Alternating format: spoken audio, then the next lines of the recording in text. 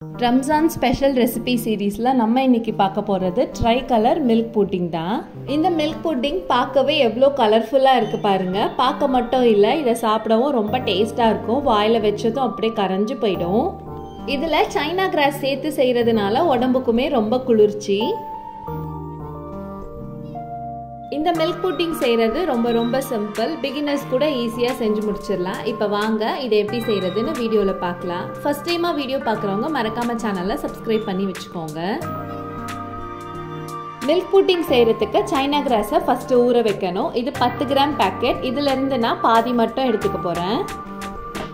China கிராஸ்க்கு பதிலாக powder பண்ண அகர் அகர் கிடைச்சாலும் யூஸ் பண்ணிக்கோங்க. பவுடர் பண்ண அகர் அகர் யூஸ் பண்ணும்போது ஊற வைக்கணும்னு அவசியம் இல்லை. எடுத்த 5 கிராம் சைனா கிராஸில் கொஞ்சமாக தண்ணி ஊற்றி ஒரு 10 நிமிஷம் அப்படியே ஊற வச்சிடலாம்.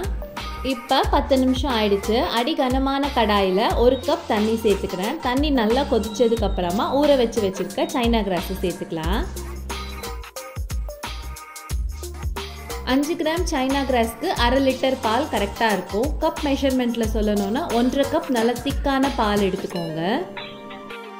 நம்ம சேர்த்த சைனா கிராஸ் நல்லா ஃபுல்லாக கரைஞ்சி வரணும். அது வரைக்கும் கொதிக்க வச்சுக்கோங்க. அடுப்பை மீடியம் டு ஹை ஃப்ளேமில் வச்சுக்கோங்க.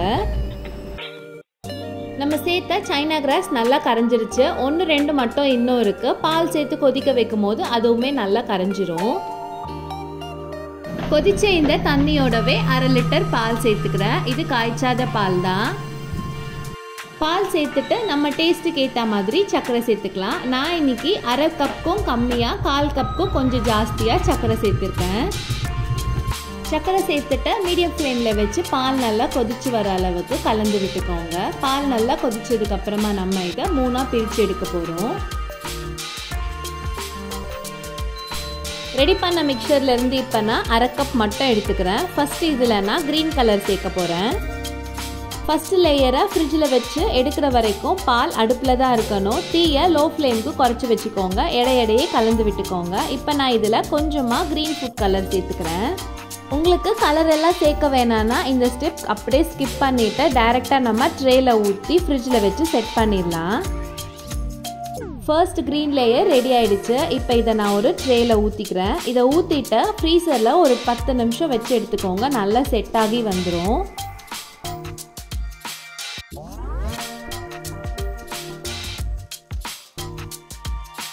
நல்ல ஒரு ஃப்ளேவருக்காக 1/2 ஸ்பூன் வெனிலா எசன்ஸ் சேர்த்துக்கிறேன். நான் ஆரம்பத்திலே சேர்த்துருக்கணும், மறந்துட்டேன். அதனால் இந்த ஸ்டேஜில் நான் சேர்த்துக்கிறேன்.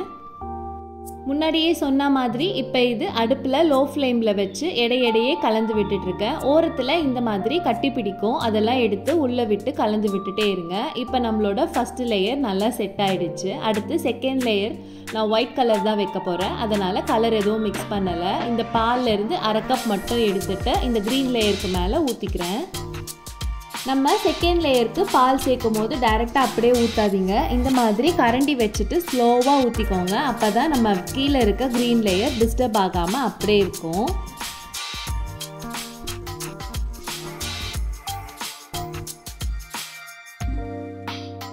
ரெண்டாவது லேயர் ரெடி ஆகிடுச்சு. இப்போ இதை ஃப்ரீசரில் இன்னும் ஒரு 10 நிமிஷம் வச்சு எடுத்துக்கிறேன். இது நல்லா செட் ஆனதுக்கப்புறமா நம்ம தேர்ட் லேயர் ரெடி பண்ணிடலாம். இப்போ நல்லா செட் ஆகிடுச்சு பாருங்கள். அடுத்து 3ஆவது லேயருக்கும் 1/2 கப் பால் எடுத்து வச்சுருக்கேன். அதில் கொஞ்சமாக ஸ்ட்ராபெரி எசன்ஸ் சேர்த்துக்கிறேன் பிங்க் கலருக்காக.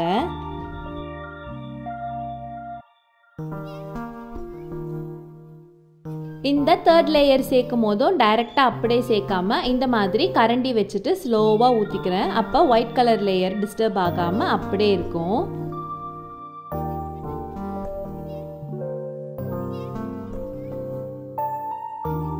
அவ்வளோதான். இப்போ இதை ஃப்ரிட்ஜில் 1 மணி நேரம் வச்சா போதும். நம்மளோட மில்க் புட்டிங் சூப்பராக ரெடி ஆகிடும். நீங்களே பாருங்கள், மில்க் புட்டிங் நல்லா செட் ஆகி சூப்பராக இருக்குது பார்க்கவே.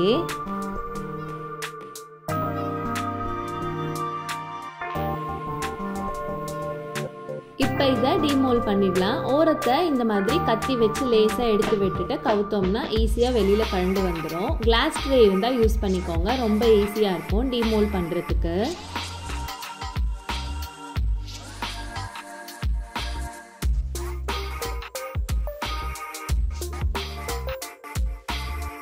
அவ்வளோதான். இப்போ இதை பீஸ் போட்டு நல்லா சில்லுன்னு சர்வ் பண்ணுங்கள். வீட்டில் கண்டிப்பாக எல்லாருக்குமே இது ரொம்ப பிடிக்கும். நான் அழகுக்காக மேலே கொஞ்சமாக வால்நட் கட் பண்ணி சேர்த்துருக்கேன். நீங்கள் அப்படியே சர்வ் பண்ணுறதுனாலும் ஓகே.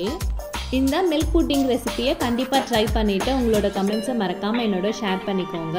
தேங்க்யூ.